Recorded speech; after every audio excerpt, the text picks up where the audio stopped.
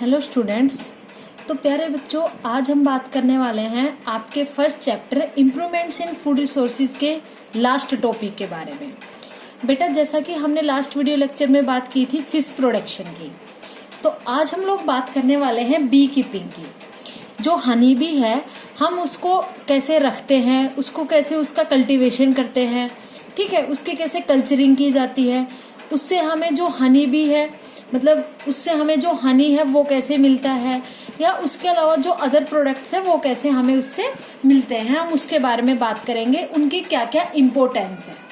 ठीक है, तो बच्चों हम स्टार्ट करते हैं फर्स्ट लाइन से, बी कीपिंग और एपीकल्चर। बी कीपिंग को आप एपीकल्चर भी बोल सकते हो, क्योंकि bee keeping the practice of bee keeping is also known as apiculture. Okay, तो बी कीपिंग को आप एपीकल्चर भी बोल सकते हो।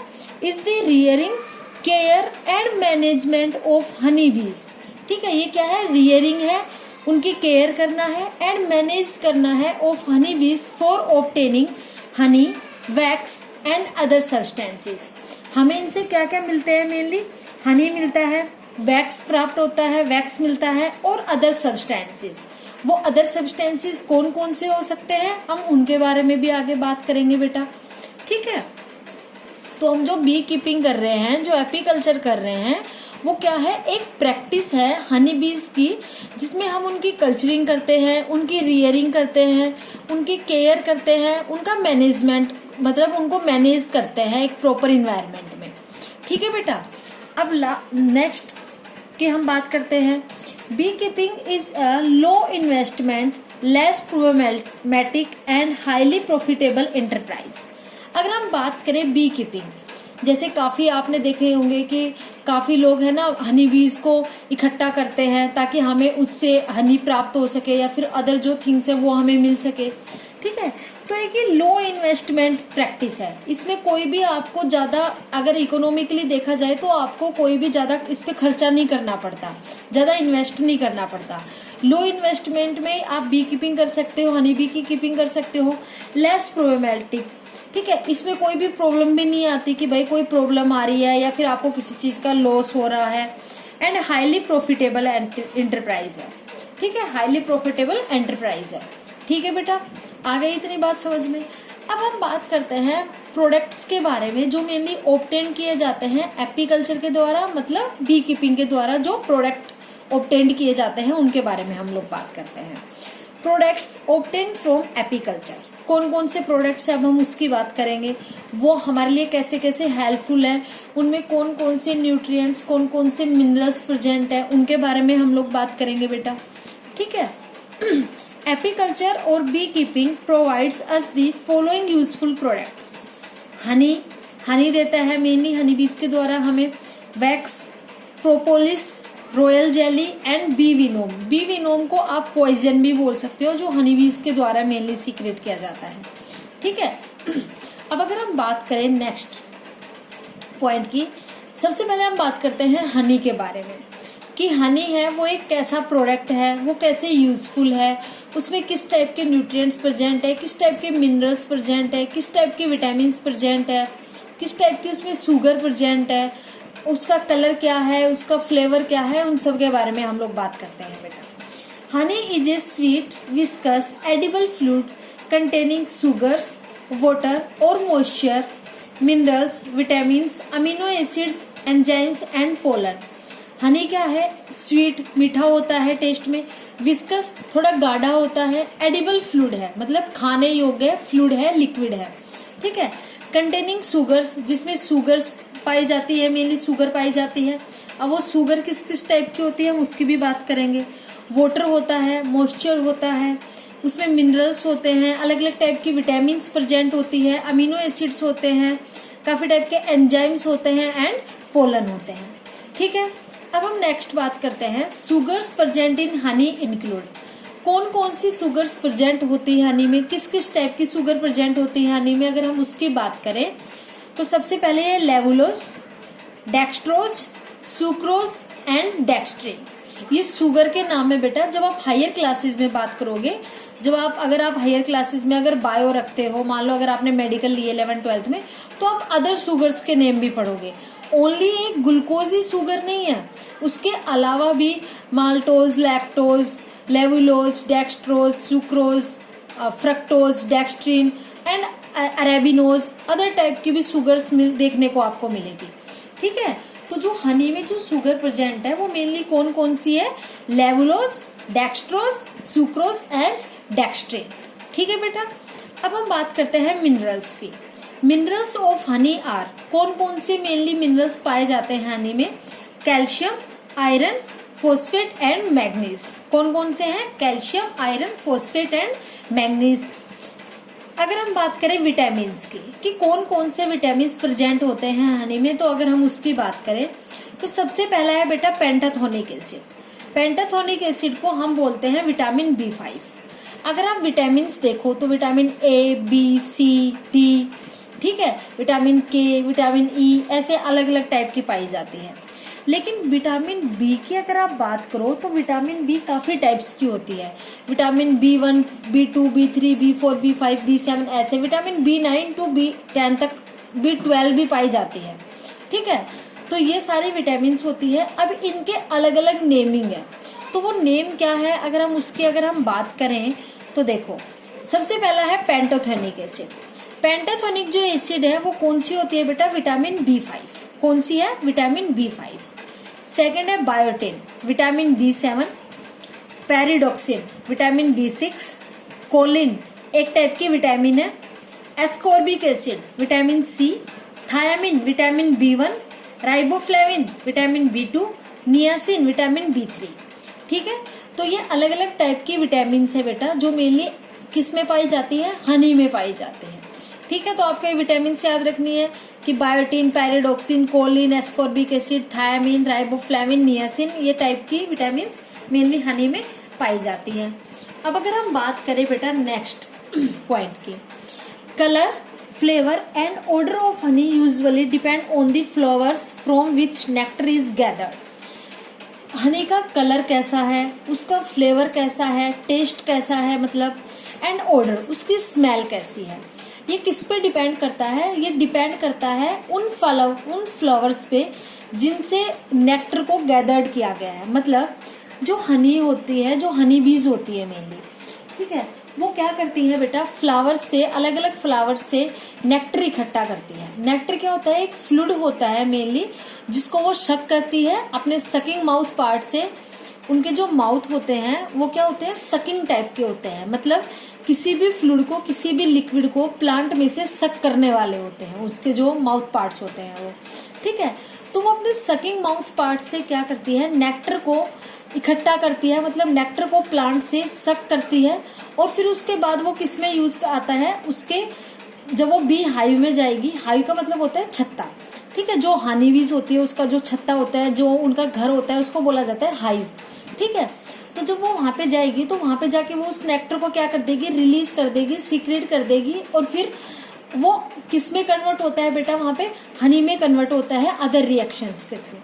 ठीक है, तो क्या जो कलर है, हनी का फ्लेवर है, या उसकी ऑर्डर, स्मेल है, वो किस पे डिपेंड करता है? उन फ्लावर्स पे जिससे नेक्टर को लिया गया है, जिससे नेक्टर को एक्सट्रैक्ट किया गया है या सक किया गया है। ठीक है, नेक्स्ट है 1 kg of honey contains 3200 calories and is an energy rich food. अगर हम हनी की बात करें तो 1 kg या 1 किलोग्राम ऑफ हनी में कितनी कैलोरीज होती है? 3200 कैलोरीज होती है। And it is N energy rich source, इससे हमें एनर्जी भी मिलती है। हनी का यूज काफी चीजों में किया जाता है, एक मेडिसिनल पर्पज से भी किया जाता है। ठीक है, या अगर हम देखें कि फेस वगैरह क्लीनअप के लिए भी किया जाता है। ठीक है, कोई पिंपल्स वगैरह हो गए उसके लिए भी किया जाता है, स्किन ग्लोइंग के लिए भी किया जाता है। ठीक है, उसके अलावा ब्लड प्यूरिफायर के लिए भी किया जाता है। तो हनी के बहुत सारे यूज है, उन सब के बारे में भी हम आगे बात करेंगे।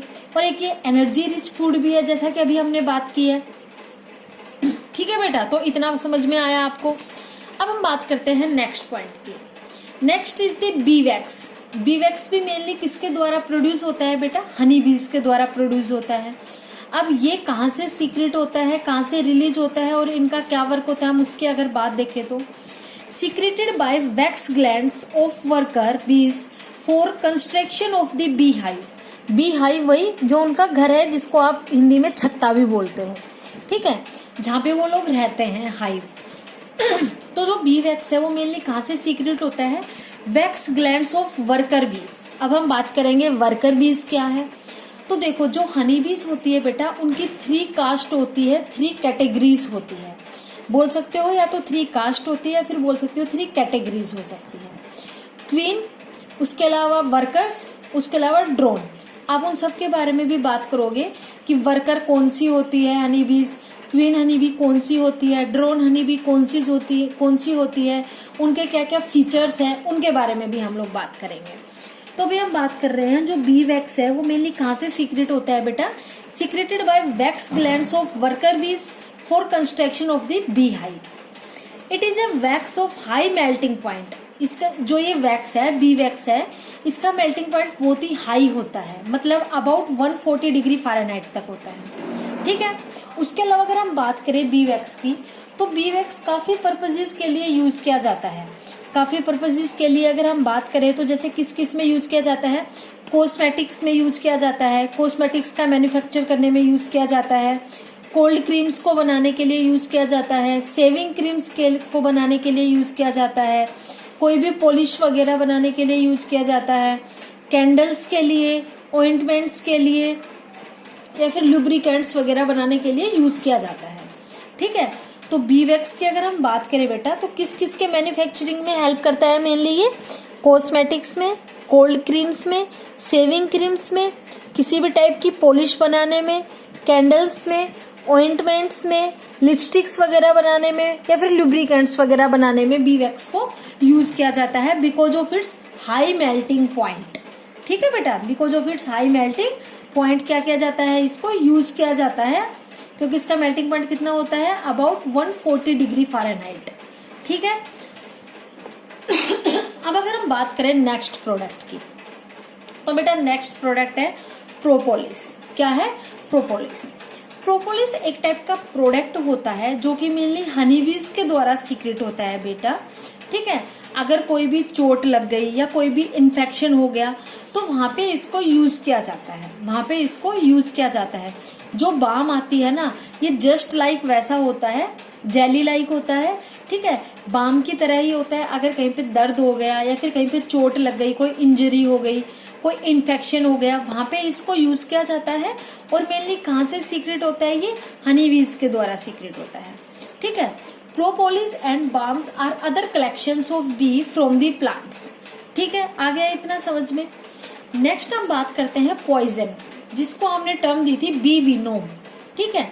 जो मधुमक्खी है, जो हनी बीज है, उनका पॉइजन वो किसके लिए हेल्पफुल होता है? Mainly poison of bee is used in manufacturing of certain ayurvedic and homeopathic medicines. बहुत सारे टाइप की आयुर्वेदिक या फिर होम्योपैथिक मेडिसिन्स को प्रिपेयर करने के लिए, मैन्युफैक्चरिंग के लिए इस पॉइजन का यूज किया जाता है, जो कि मेनली हनी बीज के द्वारा सीक्रेट होता है, ठीक है।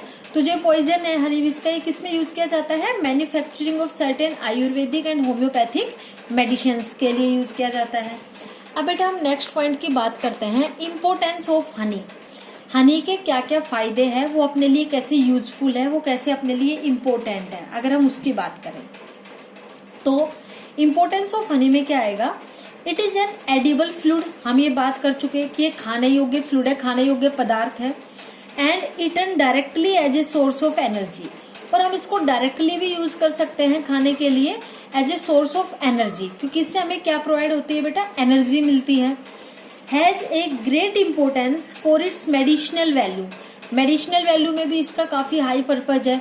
अगर कहीं पे चोट लग गई तो आप वहां पे अगर हनी लगा लेते हो तो वहां पे आपको ब्लीडिंग भी स्टॉप हो जाती है, या फिर उसके अलावा जो आपका घाव है वो भी जल्दी भरने लगता है, ठीक है। तो अगर खांसी हो गई तब भी हनी का यूज किया जाता है अदरक के साथ। और अदर जो मेडिसिनल पर्पजेज होते हैं, अदर जो डिजीज होती है, उनमें भी यूज किया जाता है हनी को। तो हनी का एक सबसे बड़ा जो रोल है वो किसमें है? मेडिसिनल वैल्यू में, मेडिसिन्स वगैरह को प्रिपेयर करने के लिए है। It is useful in the treatment of various disorders related to digestion, dysentery, vomiting and stomach ailments, ठीक है। बहुत सारे टाइप के ट्रीटमेंट्स को ट्रीटमेंट्स करने के लिए, बहुत सारे टाइप के डिजीज के, डिसऑर्डर्स के ट्रीटमेंट्स के लिए भी मेनली हनी को यूज किया जाता है। जैसे कि डाइजेशन से रिलेटेड कोई प्रॉब्लम हो गई, ठीक है, डिसेंट्री हो गई, ठीक है, वोमिटिंग हो गई, या फिर स्टमक से रिलेटेड अगर कोई प्रॉब्लम हो गई तो क्या किया जाता है बेटा, हनी का यूज किया जाता है। Acts as blood purifier, blood को प्यूरिफाई करने के लिए भी मेनली इसका मेन रोल होता है हनी का, ब्लड को प्यूरिफाई करता है, ठीक है। Used as a source of sugar in confectionery items such as pastries, cakes etcetera. Pastries होती है, केक्स वगैरह होते हैं, इन सबको भी बनाने के लिए हनी का यूज किया जाता है, ठीक है। तो आपको समझ में आ गई इंपॉर्टेंस क्या क्या है हनी की, हनी कैसे कैसे यूज होता है। एक एडिबल फ्लूइड है, एनर्जी के बेसिस पे as a source of energy हम इसको कंज्यूम करते हैं। उसके अलावा एक मेडिसिनल वैल्यू है, मेडिसिनल पर्पज के लिए यूज करते हैं। बहुत सारे डिसऑर्डर्स का ट्रीटमेंट करने के लिए यूज करते हैं, related to digestion, dysentery, vomiting and stomach, ठीक है। ब्लड प्यूरिफायर की तरह एक्ट करता है। और उसके अलावा पेस्ट्रीज, केक्स वगैरह बनाने के लिए भी हनी का यूज किया जाता है मेनली। तो ये बेटा इम्पोर्टेंस थी हनी की। अब हम बात करते हैं नेक्स्ट के बारे में। नेक्स्ट हम बात करेंगे बेटा हनी बी की वेराइटीज के बारे में। किसकी बात करेंगे हम, हनी बी की वेराइटीज के बारे में। Varieties of honey be used for honey production, कि हनी के प्रोडक्शन के लिए हम मेनली हनी बी की किन किन वेराइटीज को यूज करते हैं उसकी अगर हम बात करें, ठीक है बेटा। जो हनी बी की जो वेराइटीज है, जो मेनली हम हनी के प्रोडक्शन के लिए, हनी की मैन्युफैक्चरिंग के लिए यूज में ले रहे हैं, तो वो वेराइटीज कौन कौन सी है, अब हम उसके बारे में बात करेंगे। तो मैंने आपको बताई थी कि 2 टाइप की वेराइटीज या 2 टाइप की ब्रीड्स होती है, इंडिजिनियस ब्रीड या फिर एक्जोटिक ब्रीड, या फिर एक्जोटिक वेराइटी या फिर इंडिजिनियस वेराइटी। इंडिजिनियस वेराइटी कौन सी होती है, जो मेनली अपने इंडिया की वेराइटी होती है, जो अपने इंडिया में पाई जाती है। एक्जोटिक ब्रीड या फिर एक्जोटिक वेराइटी कौन सी होती है, जो अपने इंडिया को छोड़ के अदर कंट्रीज में पाई जाती है। तो बेटा इनकी जो वेराइटीज है हनी बी की, वो हम कैसे यूज करते हैं हनी प्रोडक्शन के लिए, और उनके क्या क्या करेक्टर्स या फिर क्या क्या करेक्टरिस्टिक फीचर्स होते हैं। जो वो हनी बीज है उनके क्या क्या करेक्टरिस्टिक फीचर्स होते हैं, मतलब वो किस टाइप का हनी प्रोड्यूस करते हैं, उसकी कितनी अमाउंट होती है, कितने यील्ड में करते हैं, उनका शेप कैसा होता है, वो उनके बारे में बात करेंगे, ठीक है। In India both indigenous as well as exotic varieties are used for commercial production of honey. Honey के प्रोडक्शन के लिए इंडिया में मेनली दोनों वेराइटीज को यूज किया जाता है, indigenous as well as exotic variety of honey, ठीक है, हनी बीज। अब हम बात करते हैं बेटा first indigenous varieties of honey बीज। जो हनी बी है उसकी इंडिजिनस वेराइटी कौन सी है, मतलब इंडिया में पाई जाने वाली वेराइटी कौन सी, अगर हम बात करें तो फर्स्ट है एपिस इंडिका। क्या है बेटा, एपिस इंडिका, जो कि क्या है, एक इंडियन बी है, इंडियन हनी बी है, ठीक है। It is a gentle kind of bee that can be easily domesticated. एक जेंटल काइंड ऑफ बी है, मतलब एक जेंटली है मेनली बिहेवियर से, and can be easily domesticated, और आप इसको easily as a domestic, as a मतलब इसको इजिली आप पकड़ सकते हो, ठीक है। It yields approx 6 to 7 pound honey पर कोम। ये मेनली कितना पाउंड हनी है वो प्रोड्यूस करती है पर कोम। पर कोम का मतलब होता है ईच हाइव, ठीक है। एक हाइव मेनली इतना जो हनी है वो प्रोड्यूस कर सकती है, इतना हनी को यील्ड कर सकती है, 6 to 7 पाउंड हनी पर कोम, ठीक है। अगर हम बात करें तो सेकंड हम बात करते हैं बेटा, जो सेकंड जो वेराइटी है, जो इंडिजिनस वेराइटी है हनी बीज की, एपिस डोरसाटा। क्या है बेटा, एपिस डोरसाटा, जिसको आप रोक बी भी बोलते हो। क्या बोलते हो, rock bee. It is an elongated and long bee that yields maximum amount of honey. ये इलोंगेटेड होती है एंड लॉन्ग बी होती है, that yields maximum amount of honey. ये क्या करती है, प्रोड्यूस करती है, यील्ड करती है, that is up to 60 pounds per comb. Mainly उसकी जो वैल्यू है वो कितनी होती है, 60 pounds per come. It is wild होती है, so it is not easily domesticated for commercial purposes. ये वाइल्ड होती है इसलिए हम इसको इजिली डोमेस्टिकेटेड पर्पज के लिए, डोमेस्टिक पर्पज के लिए हम यूज में नहीं ले सकते, ठीक है। तो इसका बारे में हमने क्या बात की, एपिस डोरसाटा के बारे में, रॉक बी के बारे में। ये इलोंगेटेड होती है, लॉन्ग होती है और ये ज्यादा से ज्यादा हनी का प्रोडक्शन करती है, अप्रोक्स 60 पाउंड्स पर कोम्ब। ये वाइल्ड होती है जिसके कारण इसको इजीली डोमेस्टिकेटेड या फिर डोमेस्टिक या फिर हम इसको इजीली नहीं रख सकते, ठीक है, फॉर कमर्शियल पर्पज के लिए। ठीक है बेटा। थर्ड हम इंडिजिनस वेराइटी की बात करते हैं, दैट इज एपिस फ्लोरे। क्या है? एपिस फ्लोरे, जिसको आप लिटिल बी भी बोलते हो। क्या बोलते हो? Little bee. देखो बेटा, आपको नाम से पता लग रहा होगा लिटिल बी। इसके साइज की अगर बात करें तो it is smallest and yield very little amount of honey. Apis florea, जिसको आप लिटिल बी बोलते हो, इसके नाम से ही आपको पता लग रहा होगा कि स्मॉलेस्ट है और जो यील्ड है इसके हनी की वो भी कितनी है, बहुत ही स्मॉल क्वांटिटी की है, very little amount of honey ये प्रोड्यूस करती है। ठीक है, तो बेटा ये हमने बात की इंडिजिनस वेराइटीज के बारे में। हनी बी की मेनली 3 इंडिजिनस वेराइटीज है, Apis indica, Apis dorsata, Apis florea. अब हम बात करते हैं एक्सोटिक वेराइटीज के बारे में कि एक्सोटिक वेराइटीज कौन कौन सी है हनी बी की। तो बेटा एक एक्सोटिक वेराइटी है दैट इज एपिस मेलिफेरा। क्या है? एपिस मेलिफेरा, जो कि सबसे इम्पोर्टेंट है। इसके अलावा भी एक वेराइटी मिलती है दैट इज एपिस एडामसोनी। ठीक है, एपिस एडामसोनी, लेकिन आप सिर्फ ये याद रखो एपिस मेलिफेरा। एपिस मेलिफेरा को आप यूरोपियन और इटालियन बी भी बोलते हो, या तो आप इसको यूरोपियन बी भी बोल सकते हो या फिर इटालियन बी भी बोल सकते हो।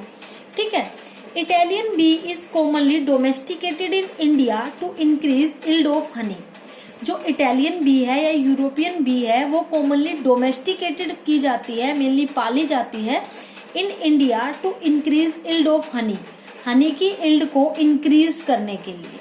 ठीक है, Italian bee is preferred because, हम इटालियन बी को ही क्यों प्रीफर्ड करते हैं, इटालियन बी को ही क्यों यूज करते हैं इंडिया में, मेनली यील्ड करने के लिए, हनी की यील्ड इंक्रीज करने के लिए क्यों करते हैं, इसके कुछ कैरेक्टर्स है उसके बेसिस पे हम करते हैं।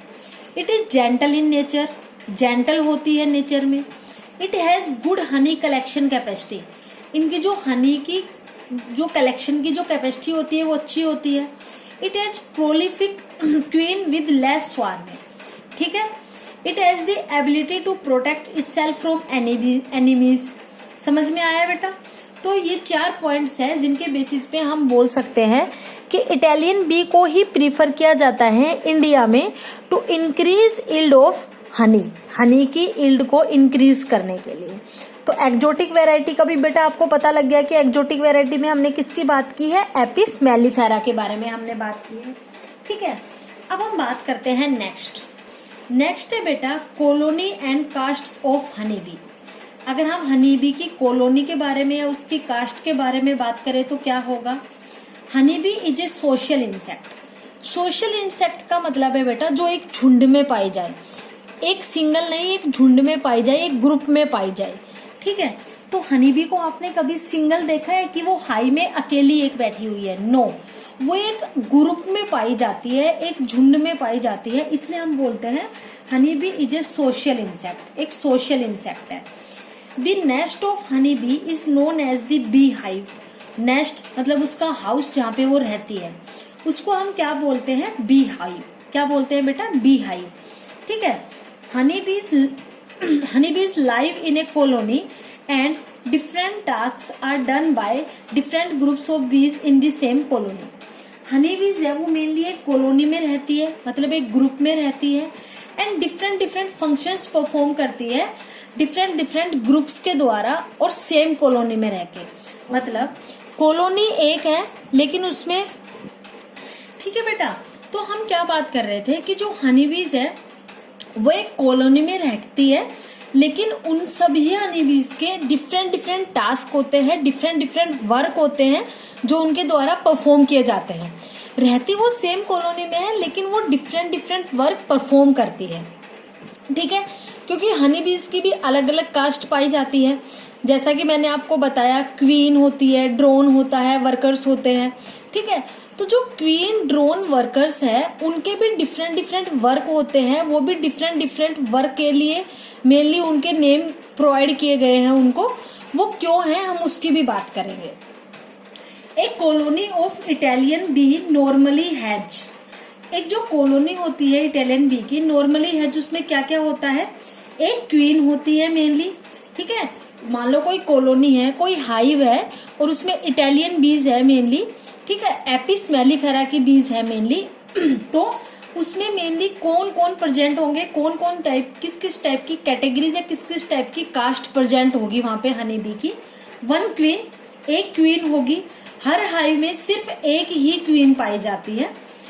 40,000 to 1 लाख वर्कर्स, 40,000 से 1 लाख वर्कर्स होंगी एंड फ्यू हंड्रेड ड्रोन्स, और कुछ मतलब फ्यू हंड्रेड क्या होंगे, ड्रोन्स होंगे, अप टू 200 to 300 क्या पाए जाएंगे वहां पे, ड्रोन्स पाए जाएंगे, ठीक है। तो हर हाइव में क्या होगा, मेनली जो इटालियन हाइव है वहां पे एक कॉलोनी है, वहां पे इतने इतने टाइप के ये मेनली जो कैटेगरी है या जो कास्ट है ये मेनली पाई जाती है हनी बीज की, ठीक है बेटा। Due to existence of several morphological forms called castes, ठीक है, अलग अलग डिफरेंट मोर्फोलॉजिकल फॉर्म्स पाई जाती है। मोर्फोलॉजिकल फॉर्म्स का मतलब है क्वीन है वो, उसका अगर आप आउटर अपीयरेंस देखोगे, एक्सटर्नल अपीयरेंस देखोगे, अगर उसकी मोर्फोलॉजी देखोगे तो वो डिफरेंट होगी as compare to workers and drones. ऐसे ही अगर आप ड्रोन को देखोगे तो उसकी मोर्फोलॉजी अलग होगी as compare to worker and queen. अगर आप वर्कर को देखोगे तो उसकी मोर्फोलॉजी अलग होगी as compare to queen and drones. तो अलग अलग मोर्फोलॉजिकल फॉर्म्स पाई जाती है एक ही कॉलोनी में डिफरेंट डिफरेंट हनी बीज की, इसलिए हम उन मोर्फोलॉजिकल फॉर्म्स को हम क्या बोलते हैं बेटा, कास्ट्स, ठीक है। Bees are said to be polymorphic species, और हनी बीज है उसके डिफरेंट डिफरेंट मोर्फोलॉजिकल फॉर्म्स पाई जा रही है, इसलिए हम उसको टर्म देंगे पॉलीमॉर्फिक स्पीसीज। पॉली का मतलब होता है बहुत सारे अमाउंट में, मॉर्फिक का मतलब होता है मोर्फोलॉजिकल स्ट्रक्चर्स, स्पीसीज। तो हनी बीज को आप क्या टर्म दोगे, पॉलीमॉर्फिक स्पीसीज की। ये कौन सी स्पीसीज है, पॉलीमॉर्फिक स्पीसीज है, जिसकी डिफरेंट डिफरेंट बहुत सारे टाइप की मोर्फोलॉजिकल फॉर्म्स पाई जाती है एक सिंगल हाइव में, ठीक है बेटा। आई इतनी बात समझ में। अब हम बात करते हैं नेक्स्ट। सबसे पहले हम बात करते हैं अलग अलग डिफरेंट जो हनी बी की जो कास्ट्स है उनके बारे में हम लोग बात करते हैं कि कौन कौन सी कास्ट है और उनके क्या क्या फंक्शंस है। तो बेटा सबसे पहली जो कास्ट है वो है क्वीन, ठीक है। क्वीन कैसी होती है, इसका क्या क्या फंक्शन होता है, हम उसके बारे में बात करते हैं। Body size of queen is much larger than other caste of बीज ऑफ द कॉलोनी। जो अदर कास्ट है वर्कर एंड ड्रोन्स, उसके कंपैरिजन में क्वीन का जो बॉडी साइज होता है वो क्या होता है, लार्ज होता है, बड़ा होता है। The queen as the mother of the colony is responsible for laying eggs. जो क्वीन होती है मेनली हाइव में, जो सिंगल क्वीन होती है उसका क्या काम होता है, मेनली एग्स ले करने का, अंडे देने का काम होता है, इसलिए हम इसको मदर ऑफ द कॉलोनी भी बोलते हैं। इसलिए हम क्वीन को मदर ऑफ द कॉलोनी भी बोलते हैं कि पूरी कॉलोनी क्या है, जननी है, माँ है, ठीक है, क्योंकि एग ले करने का काम किसका होता है, क्वीन का होता है। She lays up to 2000 eggs every day of each season. हर सीजन में ये अप्रोक्स 2000 एग्स ले करती है every day. Queen lays both fertilized and unfertilised egg. Queen है वो मेनली दोनों टाइप के एग्स रिलीज करती है, प्रोड्यूस करती है, ले करती है, फर्टिलाइज्ड एग भी एंड अनफर्टिलाइज्ड एग भी। अब अगर हम बात करें कि फर्टिलाइज्ड एग है, अनफर्टिलाइज्ड एग है और एग सिर्फ एक ही कास्ट मेनली रिलीज कर रही है, ले कर रही है, क्वीन ले कर रही है, तो ये दोनों टाइप के एग्स दे रही है, फर्टिलाइज्ड भी एंड अनफर्टिलाइज्ड भी। तो अदर जो 2 कास्ट है या फिर जो क्वीन जो कास्ट है, ये तीनों कास्ट इन्हीं टाइप के एग से मेनली बनेगी, या तो वो फर्टिलाइज से बनेगी या फिर वो अनफर्टिलाइज्ड एग से प्रोड्यूस होंगे, बनेंगे। तो कौन सी जो कास्ट है वो किस से बनती है, हम उसके बारे में अगर बात करें, queens and workers produced from the fertilised egg. जो क्वीन है या फिर वर्कर्स है वो मेनली कहाँ से प्रोड्यूस्ड होती है, फ्रॉम द फर्टिलाइज्ड एग से। Where as drones comes out from unfertilised egg. जबकि जो ड्रोन्स है वो मेनली किससे प्रोड्यूस होते हैं, किससे बनते हैं, अनफर्टिलाइज्ड एग से, ठीक है। क्वीन ने दोनों टाइप के एग दे दिए, फर्टिलाइज्ड एंड अनफर्टिलाइज्ड। अब क्वीन अपना काम करके क्या हो जाती है, कुछ टाइम बाद मर जाती है, ठीक है। तो अब इसने जो एग प्रोड्यूस किया है फर्टिलाइज्ड एंड अनफर्टिलाइज्ड, तो जो फर्टिलाइज्ड एग है उससे क्वीन दोबारा से प्रोड्यूस होगी, सिंगल क्वीन, और फिर वो अपना आगे फर्दर काम करेगी। ऐसे ये साइकिल है, ये क्या रहती है बेटा, कंटिन्यू चलती रहती है। ठीक है। 10 queens are larger, large size की होती है। दे मेट, मेटिंग में हेल्प करती है, मेट करती है। ले एग्स, एग्स ले करती है। ईट प्रोटीनेशियस फूड, अब जो एग ले कर रहा है मेनली, जिसका बॉडी साइज लार्ज है, जो मेटिंग में ये हेल्प कर रही है, तो उसको जो फूड है वो भी अच्छा होना चाहिए, अच्छी प्रोटीन्स, अच्छी मिनरल्स का फूड होना चाहिए। तो हमने क्या बोला, eat proteinaceous food, proteinaceous food mainly खाती है, फीड करती है। And often do not forage और डिफेंड दी कॉलोनी। ठीक है, समझ में आ गया। और कॉलोनी को क्या करती है बेटा, डिफेंड करती है अदर एनिमीज से। कोई हार्मफुल मान लो एनिमल आ गया या फिर कोई हार्मफुल ऑर्गेनिज्म आ गया जो उनके हाइव को क्या करे, डिस्ट्रॉय करे, तो उससे क्या करेगी, डिफेंड करेगी कॉलोनी को। तो क्वीन के आपको काम पता लग गए बेटा कि कौन कौन से काम मेनली ये करती है। इनका जो मॉर्फोलॉजिकल स्ट्रक्चर है वो कैसा होता है, बॉडी साइज लार्ज होता है। इसको हम मदर ऑफ द कॉलोनी बोलते हैं because they are laying eggs. ठीक है। और कितने एग्स ले करती है, mainly 2000 eggs every day type के एग प्रोड्यूस करती है, फर्टिलाइज्ड भी एंड अनफर्टिलाइज्ड एग भी। फर्टिलाइज्ड एग से मेनली कौन कौन सी जो कास्ट है वो अराइज होती है, क्वीन एंड वर्कर्स। और जो अनफर्टिलाइज्ड एग है उससे कौन सी कास्ट अराइज होती है, ड्रोन्स। ठीक है। अब हम बात करते हैं बेटा नेक्स्ट कास्ट क्या है, ड्रोन। ठीक है, नेक्स्ट कास्ट क्या है बेटा, ड्रोन। अब अगर हम बात करें ड्रोन की, इट इज हैप्लॉइड। हैप्लॉइड का मतलब होता है एन, जिसमें single set of chromosome present हो। ठीक है। Drone it is haploid, fertile male, fertile होता है मेनली, जो कि स्पर्म प्रोड्यूस कर सके, जो कि यंग वंस को क्या कर सके, मतलब जिसमें स्पर्म जो है वो फंक्शनल हो और वो प्रोड्यूस कर सके। ठीक है, फर्टाइल मेल का मतलब ये हुआ। तो जो ड्रोन है अगर उसको एज ए सेक्स देखा जाए तो वो क्या है, मेल, और क्वीन क्या थी, फीमेल। तो क्वीन एंड ड्रोन के बीच में ही मेटिंग होगी। जो क्वीन है वो किसके साथ मेट करेगा बेटा, ड्रोन के साथ मेट करेगा, तभी वो एग ले करेगा। ठीक है। तो ड्रोन क्या होते हैं, हैप्लॉइड होते हैं, फर्टाइल मेल होते हैं। Drones are larger in size than workers and are quite noisy. ठीक है। जो ड्रोन्स होते हैं वो साइज में अगर बात करें तो लार्ज होते हैं as compare to workers. Drones are stingless होते हैं। स्टिंगलेस का मतलब होता है डंक, जो वो मतलब जैसे कि हनी बी, जैसे कि किसी को मान लो हनी बी ने किसी को काट लिया तो वो मेनली क्या करती है, जो अपनी स्टिंग है, जो अपना डंक है, वही तो वहां पे चुभोती है, फिर आपको दर्द होता है, स्वेलिंग हो जाती है। ठीक है। तो जो ड्रोन्स होते हैं वो मेनली स्टिंगलेस होते हैं and their main role is to mate with queen. इनका मेन रोल क्या होता है, क्वीन के साथ मेट करना, और जैसे ही आफ्टर मेटिंग ड्रोन्स क्या हो जाते हैं, मर जाते हैं। ठीक है बेटा, ड्रोन्स क्या हो जाते हैं, मर जाते हैं, और ये क्या होते हैं, स्टिंगलेस होते हैं। तो जितने भी जो मधुमक्खियां काटती है ना, हनी बी वगैरह, वो सारी फीमेल होती है, नॉट मेल, क्योंकि मेल के पास तो स्टिंग ही नहीं होता, तो वो काटेंगी कहाँ से। ठीक है। तो ड्रोन्स क्या होते हैं, स्टिंगलेस होते हैं, और इनका मेन रोल क्या होता है, क्वीन के साथ मेट करना। ठीक है। And remain in colony to sleep and eat honey. ठीक है बेटा, आ गया इतना समझ में। अब हम ड्रोन कास्ट के बारे में भी बात कर चुके।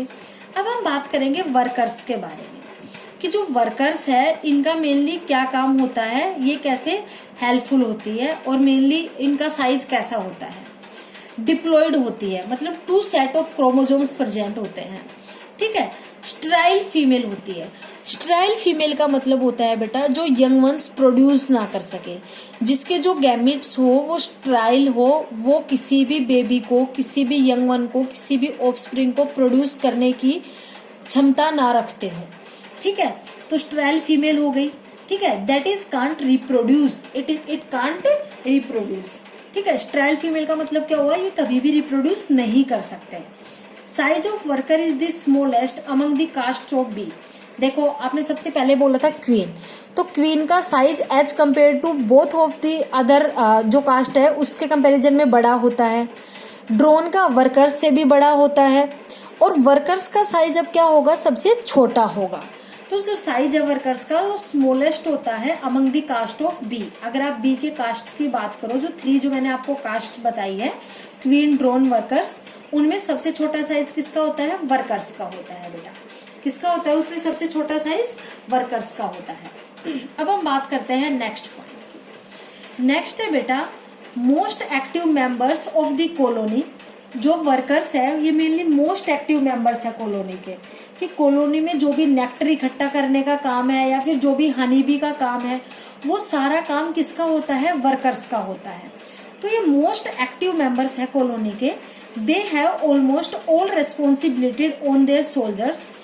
ऑलमोस्ट जितनी भी रिस्पॉन्सिबिलिटीज है, नेक्टर को इकट्ठा करना, फिर उसको हाईव में लेके आना, फिर हनी बी प्रोड्यूस करना, हनी बी बनाना, मतलब हनी बनाना, ये सारा काम किसका होता है बेटा? वर्कर्स का होता है।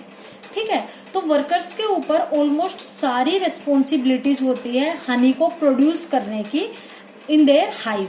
ठीक है, for various indoor and outdoor chores, जो भी इंडोर एंड आउटडोर जो वर्क होते हैं, जो ड्यूटीज होती है, उनमें भी वर्कर्स का सबसे ज्यादा रोल होता है। ठीक है, for various indoor and outdoor chores the workers are provide with a variety of organs such as. ठीक है, जो इंडोर और आउटडोर जो ड्यूटीज है जो वर्कर्स के द्वारा परफॉर्म की जाती है with a variety of organ such as. ठीक है, वो मेनली कुछ ऑर्गन्स प्रोवाइड है जिसमें वो मेनली हेल्प करती है। वो कौन कौन से हैं? तो वर्कर्स के अगर हम ऑर्गन्स की बात करें तो सबसे पहला है हाइपोफेरेंजियल ग्लैंड्स। क्या है बेटा? हाइपोफेरेंजियल ग्लैंड्स। हाइपोफेरेंजियल ग्लैंड्स का क्या काम होता है? For secretion of bee milk. जो हनी बीज है उनसे जो मिल्क सीक्रेट होता है उसका काम मेनली किसके द्वारा होता है? हाइपोफेरेंजियल ग्लैंड्स के द्वारा। सेकेंड है वैक्स ग्लैंड्स। वैक्स ग्लैंड्स का क्या काम होता है? For building the cells of comb. Comb की जो सेल्स होती है उसको बनाने में होता है। देखो, जैसे कि अगर आप हाइव की बात करो, मान लो ये हाइव है, तो आपको इसमें ऐसे ऐसे दिखे होंगे, गोले गोले गोले गोले। ठीक है, ऐसे रहता है आयु, मतलब काफी बारीक बारीक बारीक बारीक ऐसे रहते हैं। ठीक है, तो जो वैक्स ग्लैंड है for building the cells of comb, जो कोम की जो ये एक सेल है इसको बनाने के लिए जो यूज में लिया जाता है वो मेनली कौन सी है? वैक्स ग्लैंड्स है, जो कि मेनली एक सेल को, कोम के एक सेल को बनाने के लिए यूज में ली जाती है। ठीक है, उसके अलावा है pollen baskets on their hind legs. जो पोलन बास्केट्स प्रेजेंट होती है ऑन देयर हिंड लेग्स, उसका क्या काम होता है? देखो बेटा, होती है four legs and hind legs. अगर हम ह्यूमन बींग्स में बात करें तो ह्यूमन बींग्स की फोर लेग्स या फोर आर्म्स क्या होंगी? आपके दोनों हाथ, और हिंड लेग्स क्या होगी? आपके पैर। ऐसे ही हनी बीज में जो आगे के जो ऑर्गन्स है, आगे के जो हैंड्स है, वो किस में आएंगे? फोर लेग्स या फोर आर्म्स में, और जो पीछे के जो पैर है वो किस में आएंगे? हिंड लेग्स में। ठीक है, तो पोलन बास्केट प्रेजेंट होती है ऑन देयर हिंड लेग्स। ये किस में यूजफुल होती है? Mainly for the collection of pollen. Pollen को कलेक्ट करने में मेनली यूजफुल होती है, प्लांट्स से पोलन को कलेक्ट करने में। नेक्स्ट है सकिंग टाइप माउथ पार्ट्स। जैसा कि मैंने आपको बताया था कि हनी बीज होती है, उनके जो माउथ पार्ट्स होते हैं वो सकिंग टाइप के होते हैं, ताकि वो नेक्टर को कलेक्ट कर सके, सक कर सके प्लांट्स से। For collecting the nectar, nectar को कलेक्ट करने के लिए होते हैं मेनली जो सकिंग टाइप माउथ पार्ट्स होते हैं वो। नेक्स्ट है high level of secretion of invertase enzyme. Invertase जो एंजाइम है उसका हाई लेवल में सीक्रेशन होना, वो मेनली किसको इफेक्ट करता है? In the honey sac for honey formation. Invertase enzyme का सीक्रेशन ज्यादा अमाउंट में होता है कहाँ पे? In the honey sac. Honey sac एक ऑर्गन होता है जो कि मेनली हनी बीज में प्रेजेंट होता है, जो कि मेनली किसके लिए रिस्पॉन्सिबल होता है? For honey formation. हनी के फॉर्मेशन के लिए क्या होता है बेटा? रिस्पॉन्सिबल होता है। तो हमने बात की है कि high level of secretion of invertase enzyme in the honey sac for honey formation. ठीक है, नेक्स्ट है sting at the tip of abdomen. Sting present है at the tip of abdomen. ये क्यों प्रेजेंट होता है? Mainly for the defence of the colony, कि अपनी कॉलोनी को डिफेंड करना फ्रॉम अदर एनिमीज। कोई भी ऑर्गेनिज्म आ गया, कोई भी माइक्रोब आ गया, कोई भी हार्मफुल एनिमल आ गया, तो उनसे कॉलोनी को डिफेंड करने के लिए क्या होते हैं? स्टिंग प्रेजेंट होते हैं eight the tip of their abdomen. ठीक है बेटा, तो ये आपको पता लगा कि कौन कौन से मेनली ऑर्गन्स प्रेजेंट होते हैं जिनसे जो वर्कर्स है वो अपनी रिस्पॉन्सिबिलिटीज को पूरा करती है मेनली। ठीक है, अगर हम बात करें वर्कर्स की तो हमने बताया कि स्ट्राइल फीमेल्स होती है, सबसे स्मॉलेस्ट मेंबर होती है अपनी कास्ट हनीबीज के कास्ट में मेनली। ठीक है, और मोस्ट एक्टिव मेंबर होती है अपनी कॉलोनी के। जितनी भी रिस्पॉन्सिबिलिटीज होती है मोस्ट ऑफ रिस्पॉन्सिबिलिटीज ये ही मेनली परफॉर्म करती है। ठीक है, बिकॉज ऑफ देयर ऑर्गन्स के द्वारा, क्योंकि इनमें अलग अलग टाइप के ऑर्गन्स प्रेजेंट है जो अलग अलग फंक्शन को परफॉर्म करते हैं, जिनके बेसिस पे ये अपनी रिस्पॉन्सिबिलिटीज निभाती है। ठीक है प्यारे बच्चों, तो आज के लिए इतना ही। इससे आगे बात करेंगे बेटा हम नेक्स्ट वीडियो लेक्चर में। Thank you.